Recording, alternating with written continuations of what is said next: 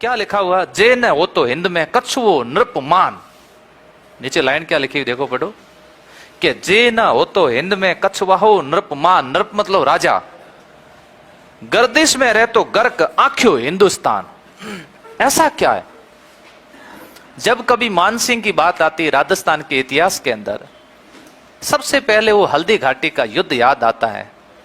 और उस हल्दी घाटी युद्ध में ये मानसिंह मुगल सेनापति बन करके आए, तो मानसिंह को धोखेबाज कहा गया। मानसिंह को कहा गया कि इन्होंने अपनी मातृभूमि की रक्षा के लिए कार्य नहीं किया। मानसिंह ने महाराणा प्रताप का सहयोग नहीं किया। क्या मानसिंह वास्तव में धर्म रक्षक नहीं था क्या? मानसिंह ने हिंदुत्व की रक्षा के लिए, अपने धर्म की रक्षा के लिए कोई कार्य नहीं किया क्या? हम इतिहास को बहुत शॉर्ट में पढ़ते हैं। मानसिंह के शुरुआत की बात को देखा जाए तो मानसिंह का सबसे पहले परिचय अकबर से 1562 में हुआ था।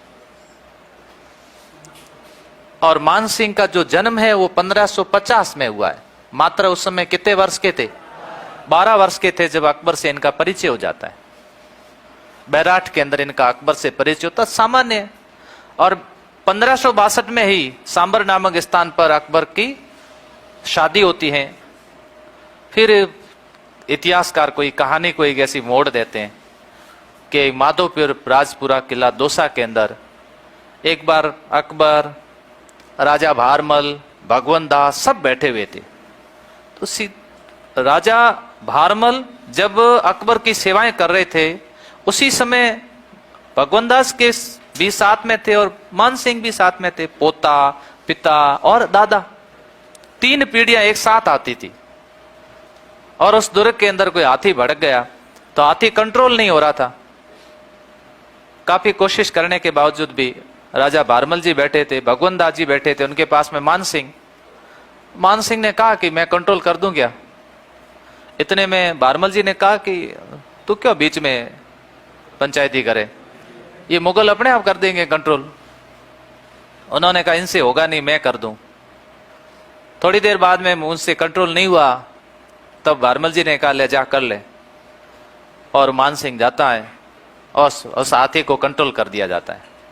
कंट्रोल करने पर अकबर ने कहा कि देखा भारमल जी, हमारे मुगल सैनिक, आप कहते हो ना हमारे राजपूताना के, ये देखो हमारे मुगल सैनिक योद्धा। मानसिंह थोड़ी इस फोटो में तो काफी गोरे दिखाए गए, सांवले कलर के थे मानसिंह। और इस फोटो में सुंदर भी बहुत दिखाए गए। मानसिंह इतने सुंदर नहीं थे, दिखने में कुरूप राजा थे। सुंदरता मेरे हिसाब से बड़ी चीज नहीं है, चरित्र बड़ा चीज।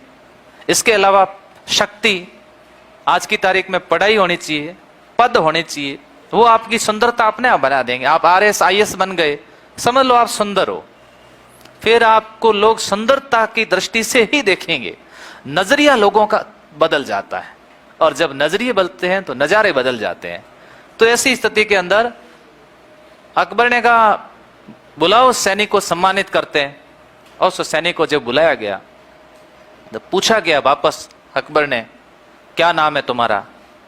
तब मानसिंह ने कहा कि मेरा नाम मानसिंह है, भगवंत दास का पुत्र और भारमल जी का पोता हूं।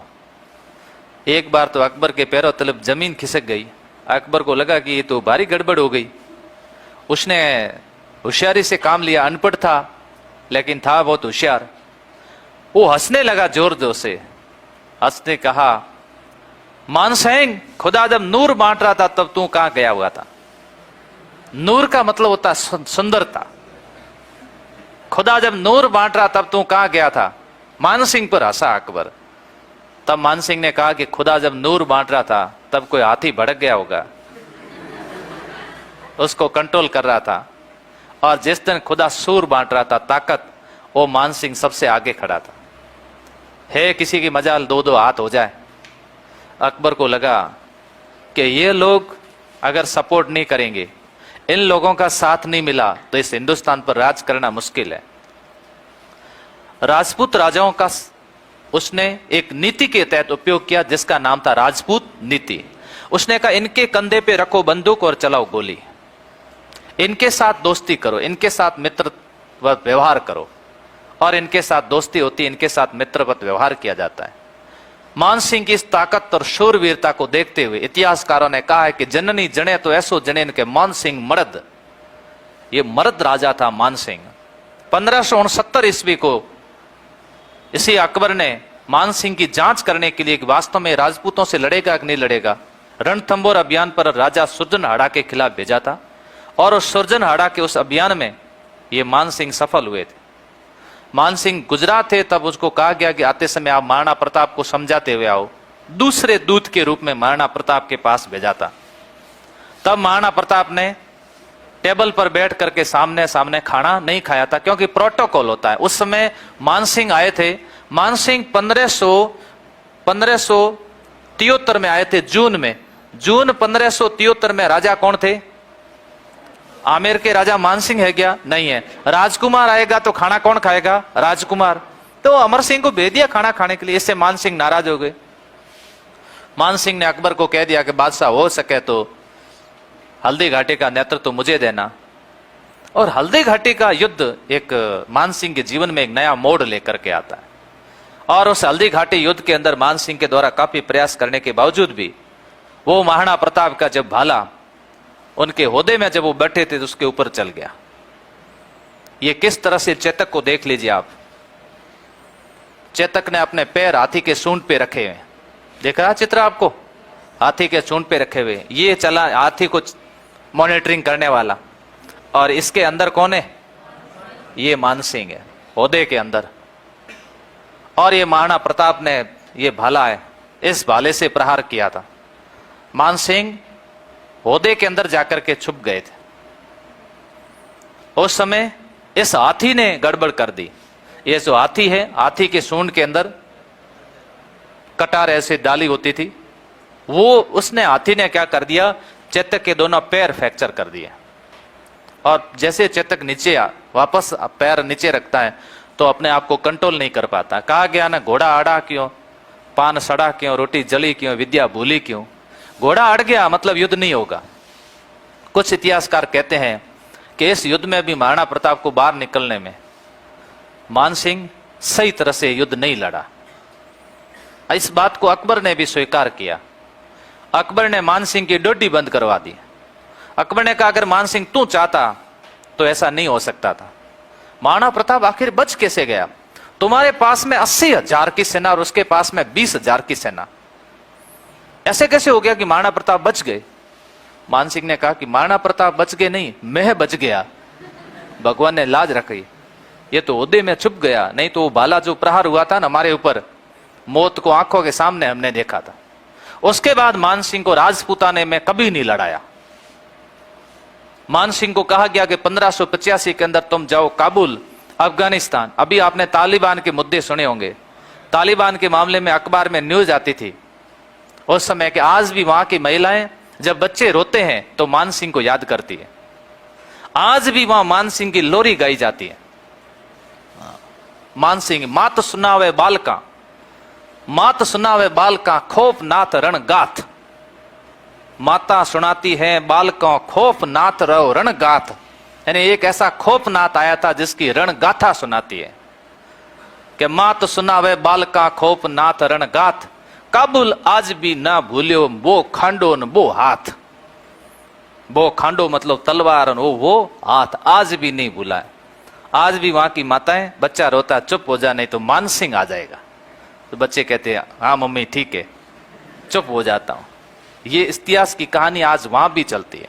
मान सिंह वहां से बदला लेते हैं यूसुफ जई रोशनियों से और वहां पर 5 कबीलों का नाश कर देते हैं। और 5 कबीलों को मारने के कारण अकबर ने मान सिंह का ध्वज पंचरंगा किया था। मान सिंह बिहार गए थे, बिहार में जाकर के मंदिर बनाए। मान सिंह को पता चला कि उड़ीसा के अंदर जगन्नाथपुरी मंदिर को एक पठान तोड़ने के लिए रवाना हो चुका है।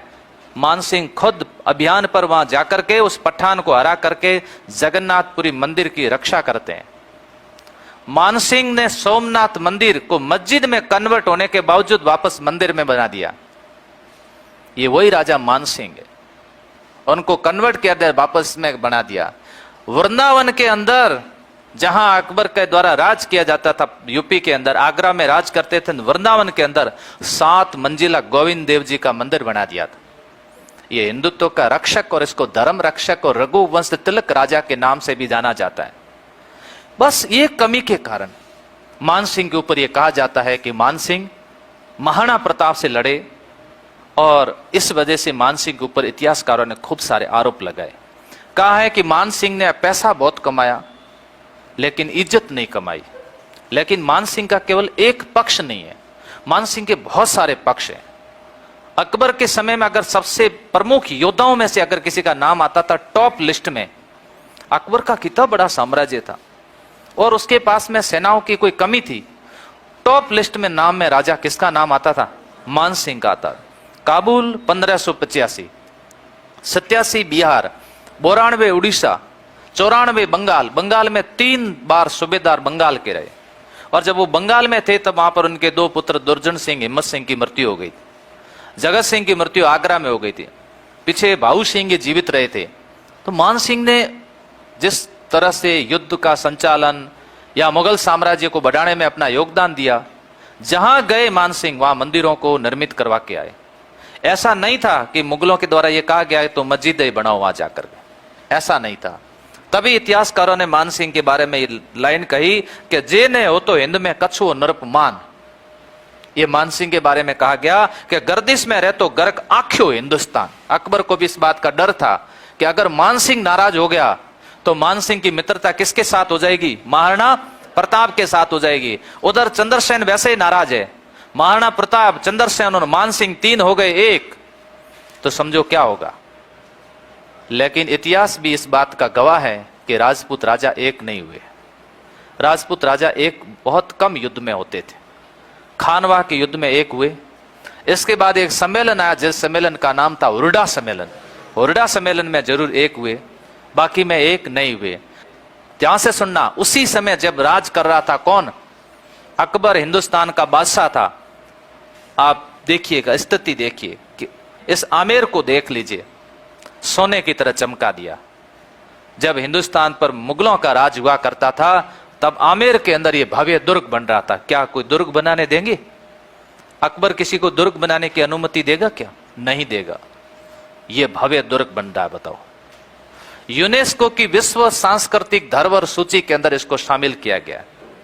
आमेर महल और आमेर दुर्ग, मेरे हिसाब से अगर किसी ने अभी तक नहीं देखा तो उनको ये जाकर के देखना चाहिए कि उस समय इतिहास की कल्पना देखो इन लोगों की। भव्य और सुंदर महल बना दिया गया इस आमेर के महल को। और जब उस समय मुगल राज वहां पर है तो ये लोग इतने इनके गुलाम नहीं थे, इनके हाँ सपोर्टर थे, इनके मित्र थे और उस समय सहयोग किया था। ऐसा नहीं था कि इनके सामने सिर झुका करके बैठा करते, ऐसा नहीं था। ये देखिएगा, उस समय मिर्जा राजा मानसिंह जगत शिरोमणि मंदिर बना रहे हैं। इनकी रानी जिसका नाम था कनकावती, कनकावती ने पुत्र जगत सिंह की स्मृति में जगत शिरोमणि मंदिर बनाया। यह भी उसी समय बना है, बना नहीं बना, यह भी उसी समय मंदिर बन रहा है। यह आमेर का सबसे भव्य मंदिर माना जाता है। राजा मानसिंह जब बंगाल गए थे तो केदार को हराया था, और उस केदार को हरा करके मूर्ति लेकर के आए थे और यहां आमेर दुर्ग के अंदर मंदिर बना दिया जिसका नाम था शीला माता का मंदिर। आमेर दुर्ग के अंदर ये मैंने जो आज स्मारक के रूप में आपको बताएं, ये सारे किस राजा के समय की बातें बता रहा हूं? मिर्जा राजा मानसिंह। कई इतिहास में इनको मिर्जा राजा के नाम से भी संबोधित करते हैं कि राजा का नाम था मिर्जा राजा मानसिंह। वास्तव में